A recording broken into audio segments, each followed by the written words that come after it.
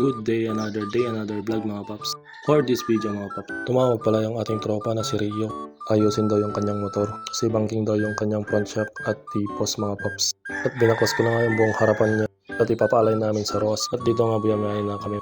Dito nga mga paps, madadaanan namin ang barangay Culalabo del Sur. At sunod dyan ang Masigon mga at barangay Lukban at barangay San Jose.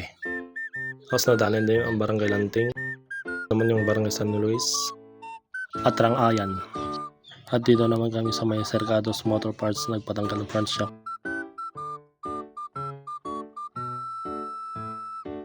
At sunod yan, pumunta kami sa may CSY Motor Parts upang bumili ng pyesa na gagamitin.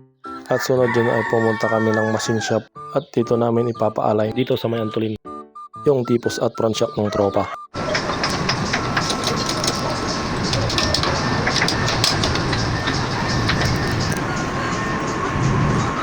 At sunod dyan, dinala ulit natin sa Cercados Motor Parts para assemblein ulit yung shock mga paps. Hanggang dito na lang mga paps. Salamat sa panonood.